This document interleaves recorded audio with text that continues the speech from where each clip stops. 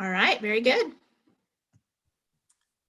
Well, good evening, everyone. I'm Mike Waters, and I'm the chair of the Awareness Campaign Task Force, or ACT Force, for the Human Rights Commission. And I am a resident of Ward 7, and I use they, them pronouns, and I will pass it to Kathy. Hello, I'm Kathy Ostrand-Ponchin. I am a resident of South Salem, just south of Ward 4. She, her, hers pronouns, and I will pass it to Tricarico. Hi, Tricarico. I'm a resident of Ward 2, they, them pronouns, and I'll pass it to Gretchen. Hi, Gretchen Bennett, staff to the commission, and I personally live in Ward 8 and she, her pronouns. Well, excellent. We don't have a huge agenda today. We did just complete a pretty significant project. And I do not believe we have quorum for our minutes, so we'll have to hold those until next time. Let me just make sure I'm going in the right direction. Did we have any public comment? I knew I went in the wrong order. We do not tonight. All right. So our first topic tonight is the student survey, and it's really just a report out about the survey because the survey is already completed, and we will be getting the results of that survey shared with the full Human Rights Commission at our June 9th meeting. But I did want to let you know where we ended up. We had 981 people start the survey. Some of those did not live or work near Salem and didn't meet the criteria. So we had 830 who completed the survey all the way through. Of those, 209 were the paper surveys that I believe were distributed primarily to UnSheltered. Is that right? Did we have paper surveys go to other groups at all? Not to my knowledge, in case someone did that organically.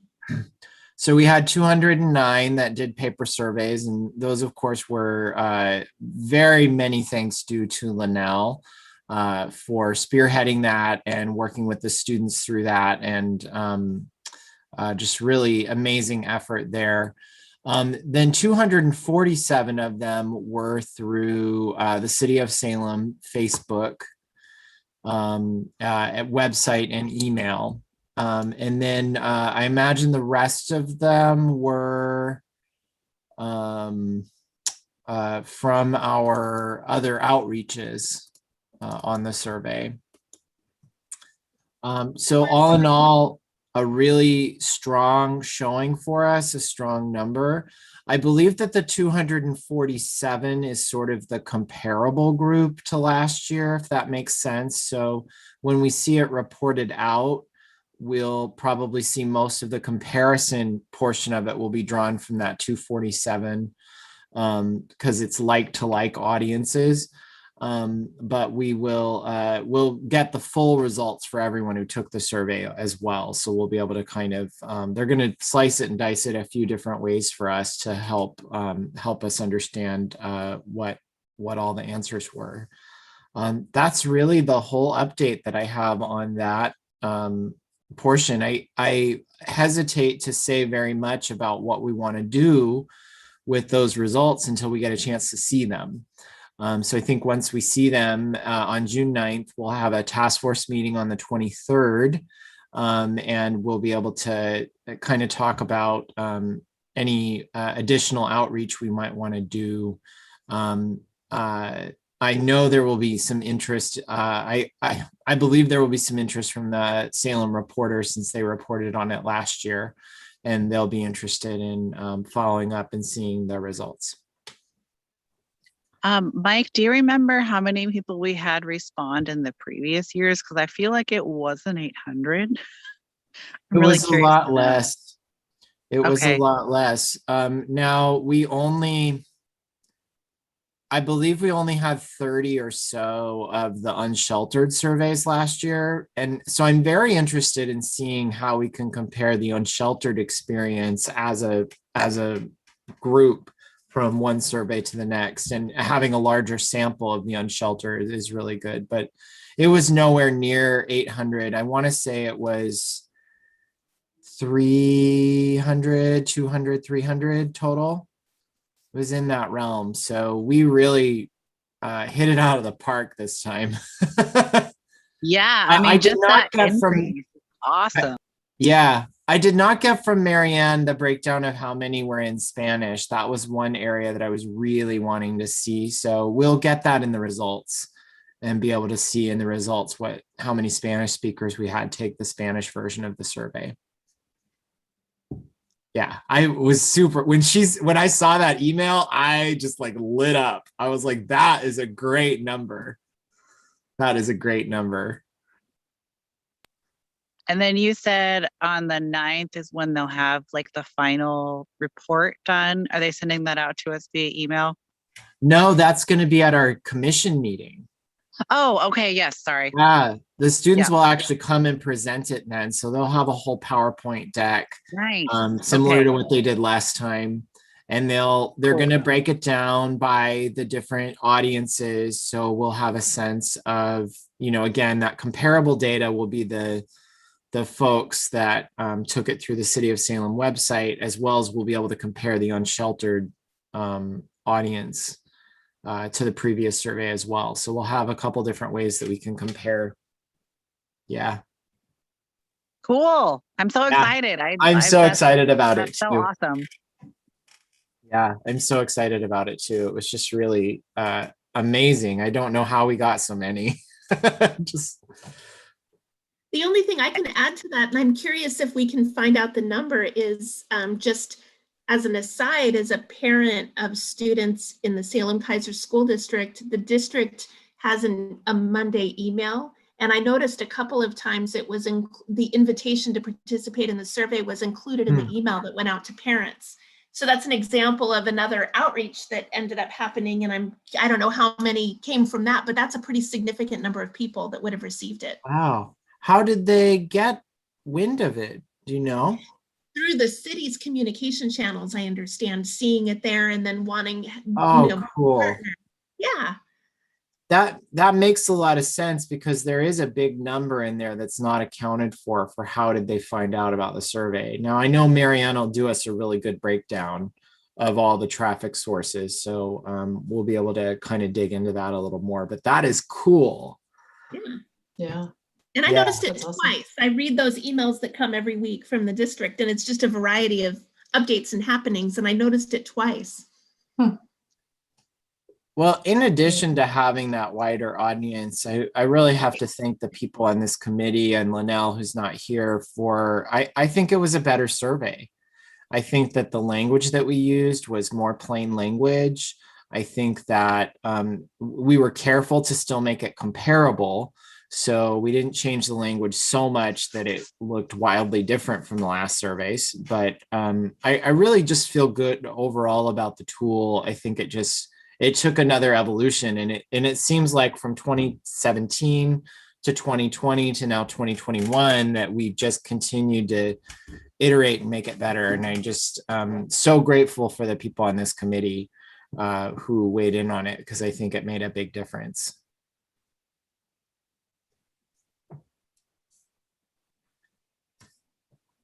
Well, anything else on the student survey?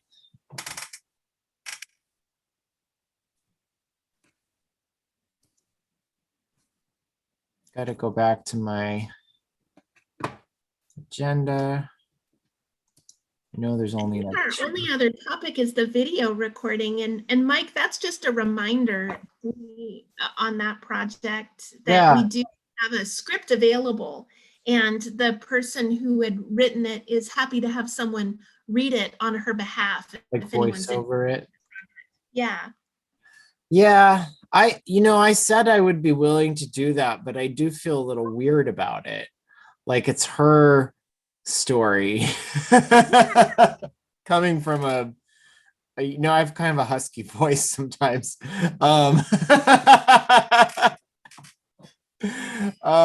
So I still think that that's a really good vehicle for us. It tells a nice story, and it's a good way to tie it back to the Human Rights Commission.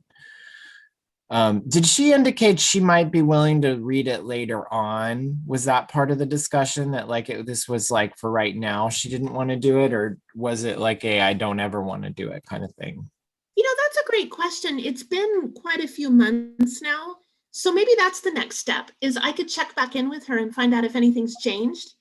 Explain that, we really, I think ultimately we're desiring, if she could, to do it. And so we'll check back in. I'll do that, and then we'll go from there. Yeah.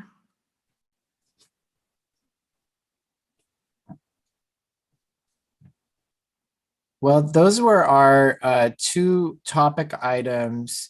I think that the survey is going to kind of drive what we do with communications for a little bit, but perhaps at our, if not at our June 23rd meeting, because at our June 23rd meeting, we might be talking a lot about the survey and how to get those results out. But perhaps at our July meeting, we should do some more of our email planning that we started earlier in the year, and figuring out how we can get something pulled together, a more regular newsletter for the email. But I think the survey is probably still our big topic for the 23rd. How does that sound to everyone? I have one question along those lines. Remembering the proclamation that happened at City Council earlier, and I emailed it to each of you just moments ago. I wonder if one idea would be to include that proclamation in an email to our large email group, just as awareness. It references the task force. You might want to take that first, but yeah, it occurs to me I should be sharing those things and this audience might be helpful, or might be. I love that. Okay. But does anyone have any concerns or objection to Gretchen sending the Pride Month proclamation out to our email distribution list?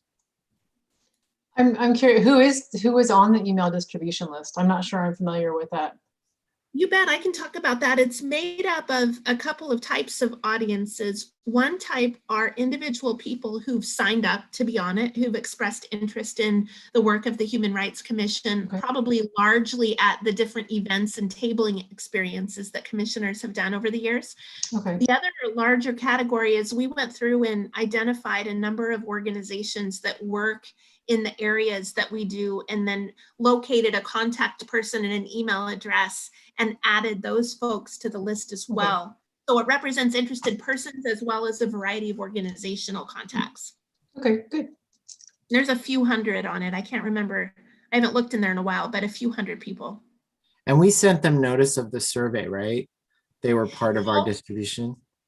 That would have been logical, but I'm actually not confident that we did. I can't remember. Yeah, I can't remember at the moment. I'd have to go back and check, hopefully. Well, you know what, Gretchen, if we hit those numbers without contacting that group, that's even more incredible. Yeah, I'm actually not confident that we did that. I remember having some. I thought we drafted something, but I could be totally wrong. Yeah, I'll have to look. I'll look. Huh. Yeah. That might have been me dropping a ball there. I'm not certain, because I'm like, I don't remember that we actually did it, or that I actually did it. Well, appreciate it anyway, Gretchen. You do so much to keep us running all the time. We got definitely excellent results on the survey regardless. But I do think sharing that proclamation out with all of those organizations is a great connection point for us. Reminder that we're still here. And I loved the proclamation. I really appreciated all of the organizations that were included. I don't know what role you played in that, Gretchen, but it was just deeply appreciative that, some of our smaller organizations like Rainbow Youth were mentioned. And I think that's so important in our community that the grassroots organizations get the same billing as some of the more established organizations. So really nice. Any member remarks or announcements today for Awareness Task Force, or do we want to call this a short meeting? I just have a question. No remarks or announcements necessarily, but is there a formal process for me to start participating regularly, or do I just show up every fourth Wednesday, whatever day it is? If you would like to join either of the two task Yeah. forces, Gretchen, do you remind me who appoints the task force members? Is it me or Angelo? It's Angelo at your recommendations. So you could recommend to Angelo that Kathy's appointed, and then it would be so. Do you want to join one or both? If I don't know, I mean, it's very convenient with them being on the same night. There's, do you need help on both? I'm happy to do whatever. Okay. If there's things I can, if there's things I can do to be helpful, then yeah, I don't have any problem being on both, as long as that's okay with you all who are already doing the work. Yeah, please Okay. join us. Yeah, we love that. Okay, so I'll send a note to you, Gretchen, and you can handle that with, but I'll recommend that Kathy be added to both task forces, and then Angelo, you know, will deliberate, I'm sure, a long time. Yeah. Thank you, Kathy. Well, thank you for the recommendation.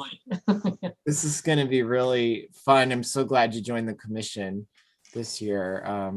Love having more people. I didn't realize that both task forces tonight, there's only what, 3 or 4 members on each. Yeah. So yeah, I'm happy to boost that up a little bit. Great. And while we're on the subject, it might be nice to know that we welcome people who are not on the Human Rights Commission to serve on task forces. That's another opportunity for a member of the public who might just want to connect in on just these topics. Yeah. Well, outstanding. Anything else for the good of the order? Well, go enjoy that sunshine, Tricarico. I'll bet you have time to make that game, Gretchen. And this was a great meeting. Really looking forward to seeing our results on the 9th. Yeah. Yeah. Thank you. Me too. How soon? Bye-bye.